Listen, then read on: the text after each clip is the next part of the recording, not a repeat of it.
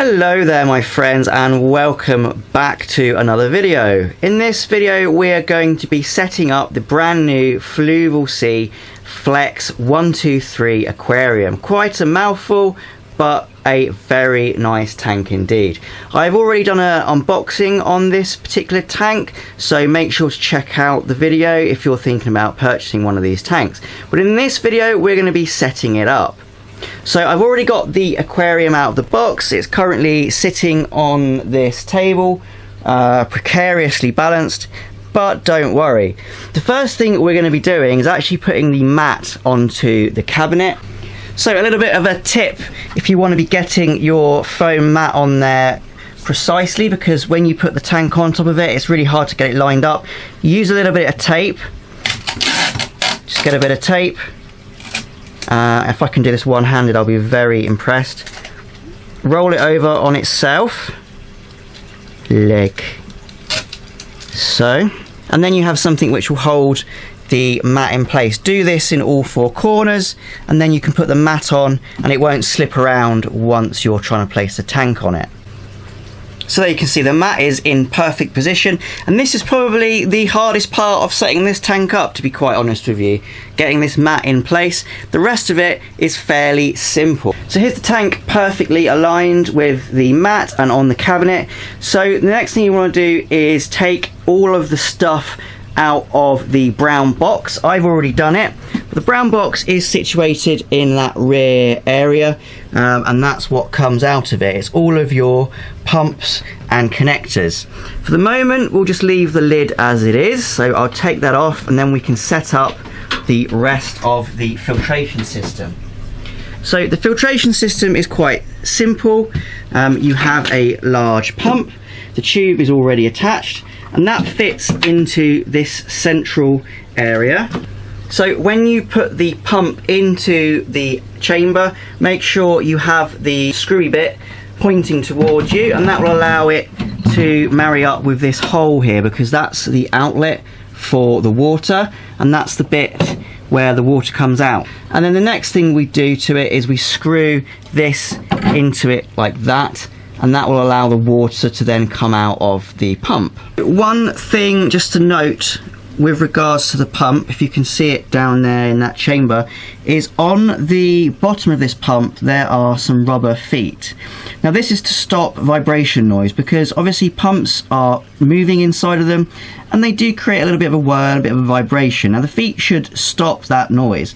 However, if the pump is touching any of the glass or plastics, it will transfer this buzzing into that, and it may sound a bit louder than it should. So make sure that your pump is actually not touching anything other than via the rubber feet on the bottom of it. Staying with the filtration system, this is something I see far too often when it comes to these kind of filters, and that is not unwrapping them. So these medias in here, you've got carbon at the top and you've got biomedia at the bottom.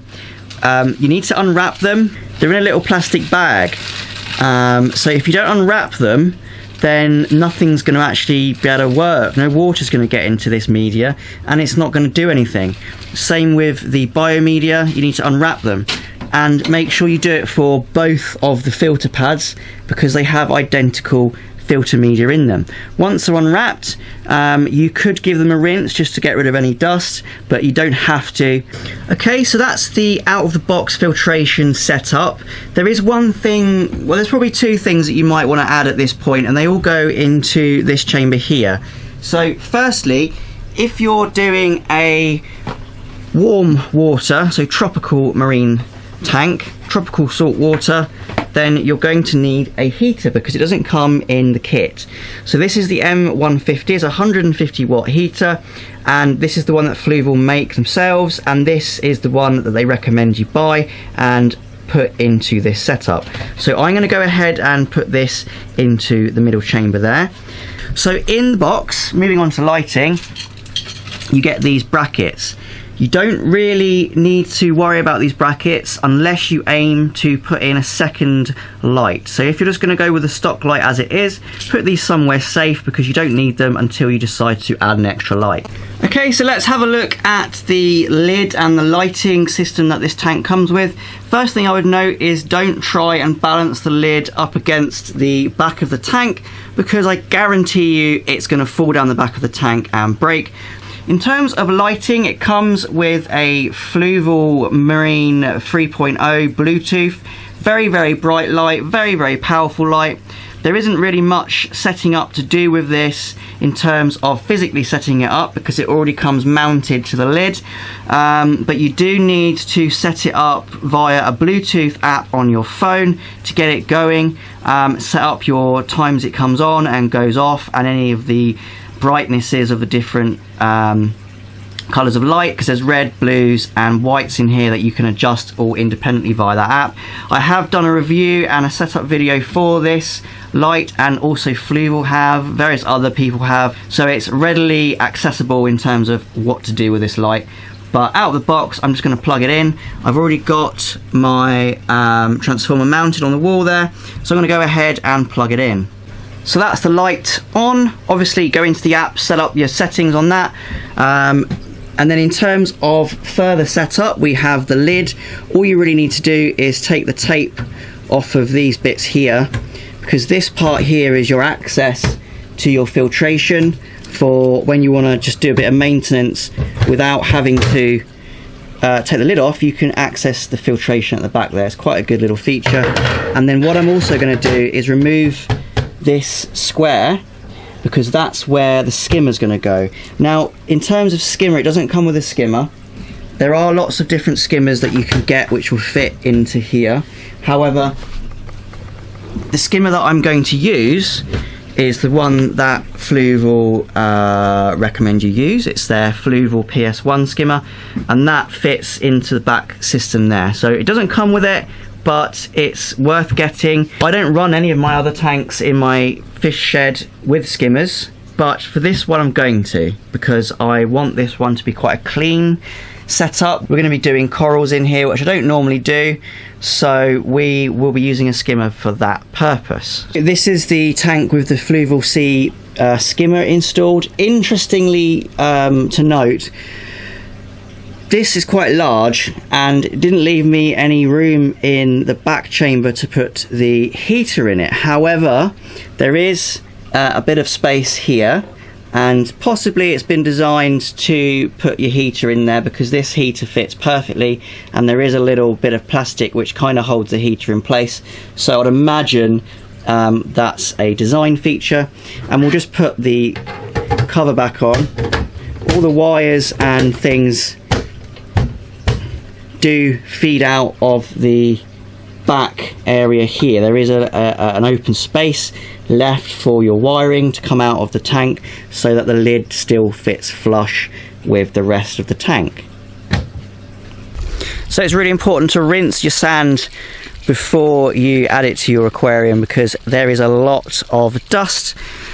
I just use regular tap water for this out of a hose, nothing special really going on here.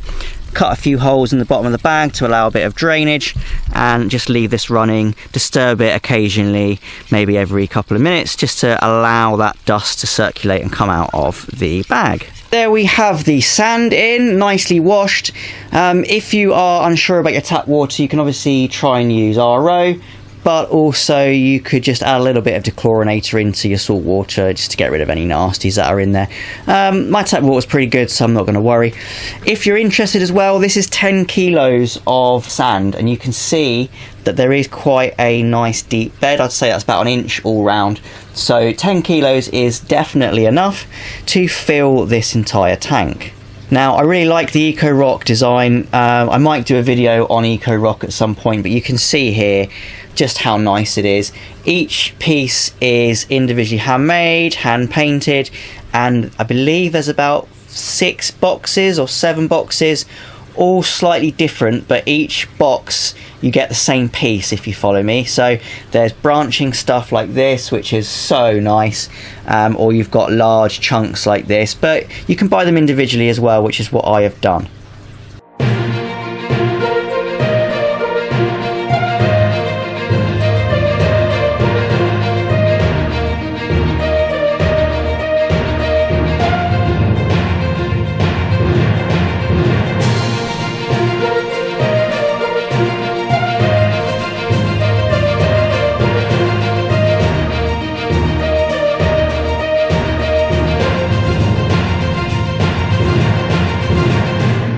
Right, so that's the water in the tank. Everything is ready to go. All I need to do now is just turn everything on, and then we'll see it in action.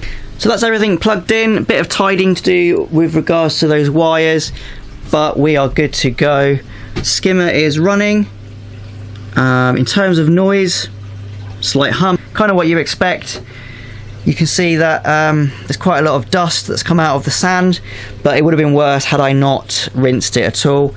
But the flow is going round. I need to give this a couple of days now to clear completely. But yeah, tank all set up. So in my next video I'll be doing a review of this tank, fully going into its features, functions, and how I think it's running. Stay tuned for that. If you have indeed liked this video though, remember to leave a like below, and also if you're not a subscriber of my channel, make sure to subscribe. Also hit the notification bell so that when I do a new video you'll get the notification. Once again, thank you so much for watching, and happy fish keeping!